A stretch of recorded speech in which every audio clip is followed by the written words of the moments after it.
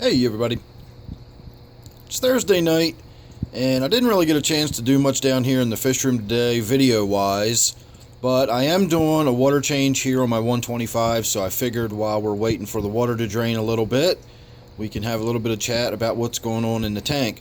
The first thing to note is that I added some new plants today. Normally when I make impulse purchase, they are fish. But today I actually saw some plants that caught my eye. There's 3 of them in there. Well, actually, I'm lying to you. There's 2 of them in there, and I put the 3rd one in my T-bar tank. We'll see how well that does, whether or not my T-bar digs it up. If it does, I can always bring it over here. I was going to put all 3 of them down in this little corner, but then I decided to spread them out at least into 2 different tanks just to see how they do from one tank to the next. Now, if you're wondering what it's called, I'll let you go ahead and read that. I have no idea how that's pronounced. Aponogeton? Aponogeton? I have no idea. Whatever it is, the one and only thing that the sales associate was able to tell me about it was that they did not think it needed a lot of light. And that was really all they could say. They thought maybe it was a flowering plant, but it's fairly new, so they didn't really know, but they were pretty sure that it was down there with the banana plants and therefore was not one that needed a lot of light. So I bought it.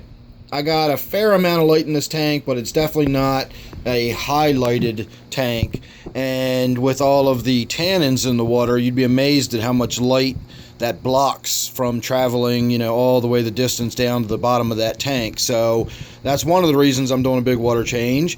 The other is I'm just trying to keep on top of keeping the nitrates a little lower in this tank, and I've been sort of experimenting with adding different supplements to some of my tanks recently, and this tank got, I don't know, maybe a cup of crushed coral and oyster shells. It's poultry grit, but it's more or less just crushed coral and crushed oyster shells.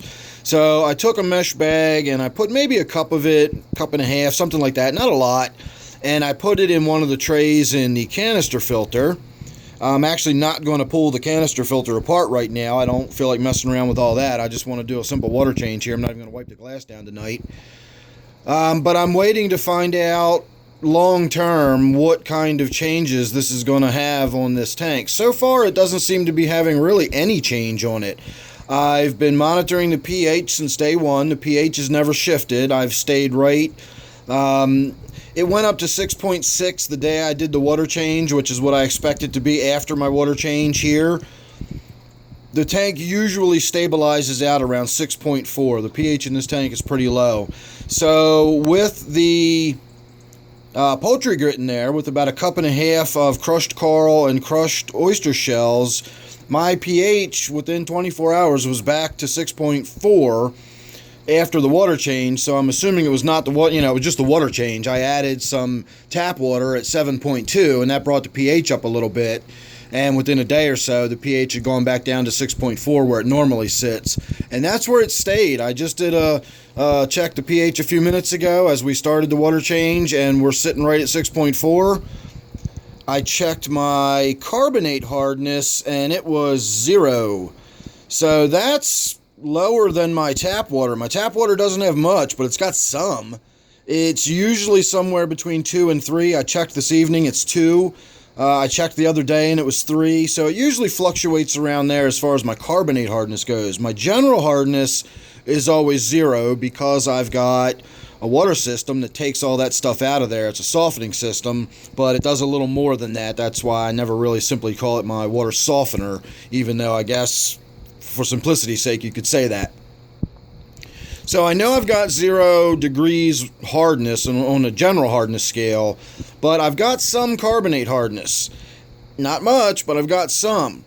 With my quarantine tank that's in the shower in the other room, I put a little bit of the same product in there.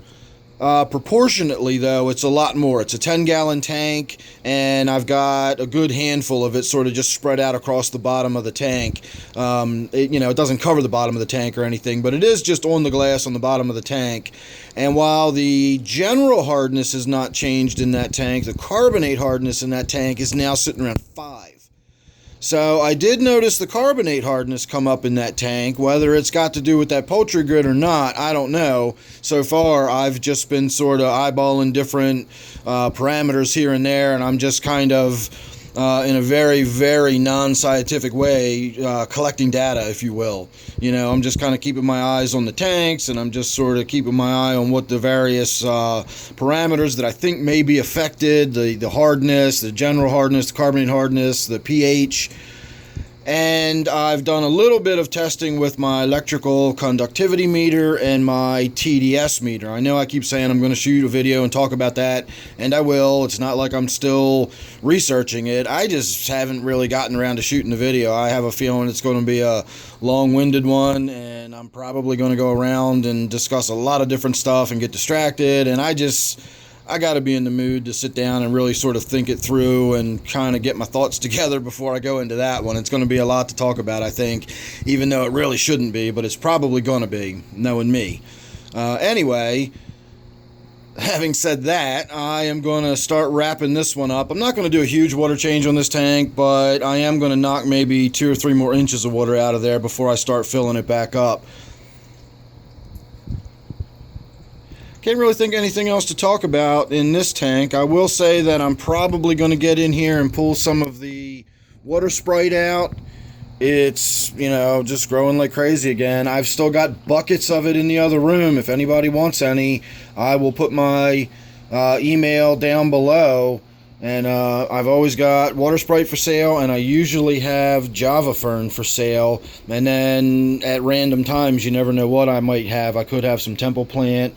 I've got some of that Java fern that's got like the weird splayed fingers on the ends. I never can remember what that stuff's called.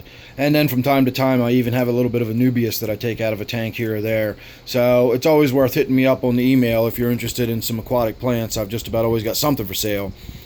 And on that note, again, I can't really think of anything else to talk about. Although, if you give me a moment, I can always find something else to talk about. The plants here in the middle, this is actually some of the Java fern I was talking about, how it's got those weird little splayed fingers on there. I used to have a huge mass of the water sprite in here, and it was sort of tucked underneath of this big piece of wood, and it looked really cool. The roots were flowing in the current and everything, and my T-bar that used to be in this tank, it's now in my native tank, but the T-bar destroyed the water sprite, and it just looked terrible. And I wound up removing it and putting some Java fern in there because it's tough enough that the T-bar didn't really bang it up too much. And so now what I'm left with is, if we move this whole mass of water sprite out of the way, and you can see I've got gobs of water sprite. So again, if you're interested in any, let me know.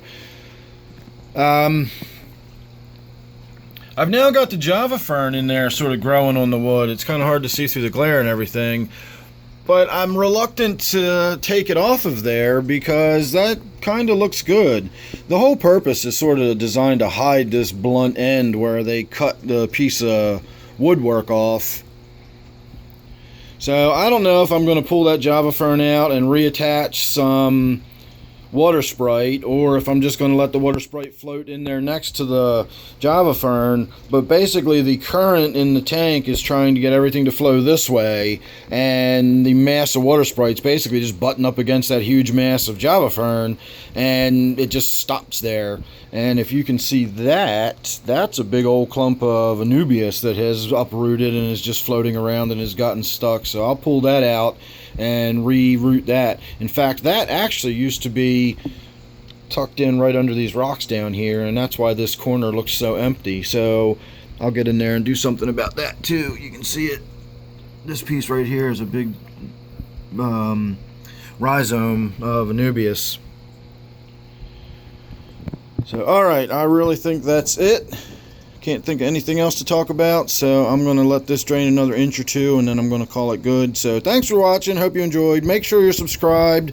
That way you'll be able to follow along with all the stuff I've been talking about and all the videos. I keep promising I really will get to them sooner or later. So thanks again for watching. Don't forget this one is my 125 gallon African themed tank.